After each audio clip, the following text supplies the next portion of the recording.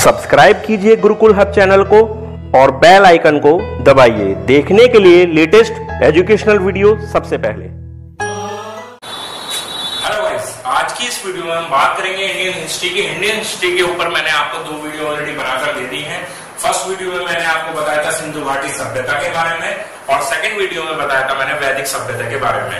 वैदिक सभ्यता के बारे में करीब करीब 20-25 फैक्ट्स पॉइंट्स में मैंने आपको बता दिए थे। तो सारे जितने भी पॉइंट्स मैंने बताए हैं आपके एग्जाम के लिए निश्चित रूप से उतने ही बेनिफिशियल है जितने वो प्रीवियस एग्जाम में रहे हैं, चाहे वो एग्जाम यूपीपीसीएस का रहा हो चाहे वो एग्जाम एसएससी का हो। तो आज की इस वीडियो में बात करेंगे हम बौद्ध धर्म की, और बौद्ध धर्म में स्टार्ट करते हैं उसके संस्थापक से।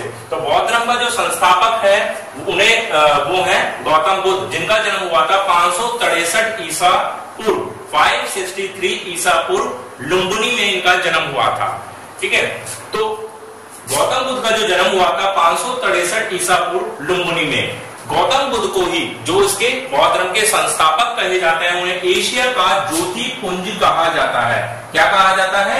एशिया का ज्योतिपुंज। प्रीवियस एसएससी के एग्जाम में पूछा गया था कि इनमें से किसको एशिया का ज्योतिपुंज कहा जाता है, तो गौतम बुद्ध को एशिया का ज्योतिपुंज कहा जाता है। जो गौतम बुद्ध के जन्म से संबंधित जो प्रतीक चिन्ह है वो है कमल एवं सांड।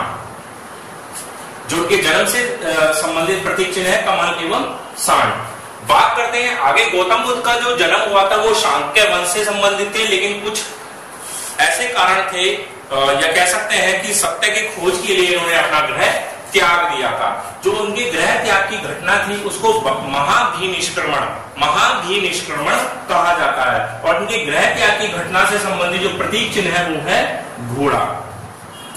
घोड़ा महाभिनिष्क्रमण या इनके ग्रह त्याग की घटना से पूरी तरह से संबंधित है। बात करते हैं आगे।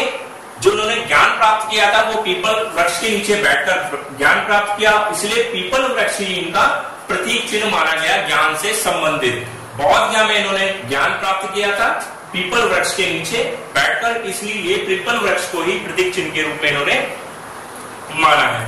पहला जो उपदेश दिया था गौतम बुद्ध ने वो सारनाथ में दिया था, और पहले उपदेश देने की घटना को ही धर्मचक्र प्रवर्तन कहा जाता है। जो उन्होंने अपने उपदेश दिए या जो भी इनके ग्रंथ है वो उसकी जो भाषा थी वो पाली भाषा में है। बौद्ध धर्म के सभी ग्रंथ जिनमें मेन जो ग्रंथ की बात करें, धार्मिक ग्रंथ जो मेन ग्रंथ है, पवित्र ग्रंथ है वो है त्रिपिटक, वो भी पाली भाषा में है। और इस त्रिपिटक के अनुसार ही बौद्ध धर्म ने के जो महान संस्थापक जो मेन संस्थापक थे गौतम बुद्ध, उन्होंने बताया था कि उनका अगला अवतार मैत्रेय होगा। इसके ऊपर भी एक क्वेश्चन प्रीवियस एसएससी और पीसीएस के एग्जाम में आ चुका है। और इसी जो युग था बौद्ध धर्म का जो युग था, इसी में धातु के बने सिक्कों का प्रचलन भी प्रारंभ हुआ। बात करते हैं गौतम बुद्ध के देह त्याग की जो घटना है, देह त्याग की घटना को ही महापरिनिर्वाण कहा जाता है। महापरिनिर्वाण जो हुआ था इनका वो कुशीनगर में हुआ था। कुशीनगर में देह त्यागा था इन्होंने, इसीलिए इसका नाम पड़ा था महापरिनिर्वाण। महापरिनिर्वाण से संबंधित जो प्रतीक चिन्ह है वो है स्तूप। स्तूप एक महापरिनिर्वाण से संबंधित मेन प्रतीक चिन्ह है। बात करते हैं त्रिरत्न की। इनसे संबंधित बौद्ध धर्म से संबंधित जो 3 रत्न है, त्रिरत्न है, उनको कहा गया बुद्ध, धम्म एवं संघ। इन तीनों को त्रिरत्न कहा गया है। ठीक है, आगे चलते हैं। बुद्ध का अर्थ होता है ज्ञान से। यहां से क्वेश्चन पूछा गया है कि बुद्ध का अर्थ क्या होता है, तो बुद्ध का अर्थ होता है ज्ञान। बौद्ध धर्म ग्रहण करने वाली प्रथम महिला कौन थी, तो बौद्ध धर्म ग्रहण करने वाली प्रथम महिला थी गौतमी। ये भी क्वेश्चन प्रीवियस एग्जाम में पूछा गया है। तो गाइस ये मेन पॉइंट थे जो बौद्ध धर्म के संस्थापक गौतम बुद्ध से पूरी तरह संबंधित थे। बात करते हैं बौद्ध संगीति की। जो पहली बौद्ध संगीति, इसको आप नोट करना चाहे नोट कर सकते हैं। फर्स्ट बौद्ध संगीति, सेकंड, थर्ड एंड फोर्थ। पहली बौद्ध संगीति हुई थी अजातशत्रु के समय में, दूसरी कालाशोक, फिर अशोक एंड फिर लास्ट हुई थी कनिष्क। राजगृह वैशाली, दूसरी बोध संगीति वैशाली, तीसरी बोध संगीति हुई थी पाटलिपुत्र, और जो अंतिम हुई थी वो हुई थी कुंडलवन, जो कश्मीर। तो 4 बोध संगीति की बात की जाती है बौद्ध धर्म के अंदर। तो प्रथम बोध संगीति हुई थी अजातशत्रु के शासनकाल में राजगृह में, दूसरी बोध संगीति हुई थी कालाशोक के समय में वैशाली में, तृतीय बोध संगीति हुई थी अशोक के समय में पाटलिपुत्र में, और चतुर्थ बोध संगीति जो हुई थी कनिष्क के समय में कुंडलवन कश्मीर में। तो ये 4 बोध संगीति जो मोस्ट इंपोर्टेंट है, यहां से क्वेश्चन हमेशा पूछा जा सकता है। इसको याद करने का तरीका, अगर शासक की बात करें तो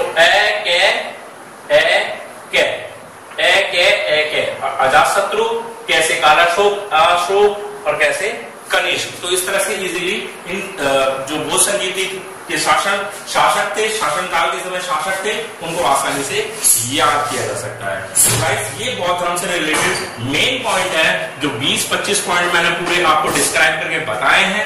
यहीं से लगातार क्वेश्चन पूछे जा गए हैं, और आने वाले एग्जाम में भी यहीं से लगातार क्वेश्चन पूछे जाने की पूरी संभावना है। तो मैंने जितने भी पॉइंट्स है, सभी इंपोर्टेंट पॉइंट्स इस वीडियो के जरिए आपको बता दिए हैं।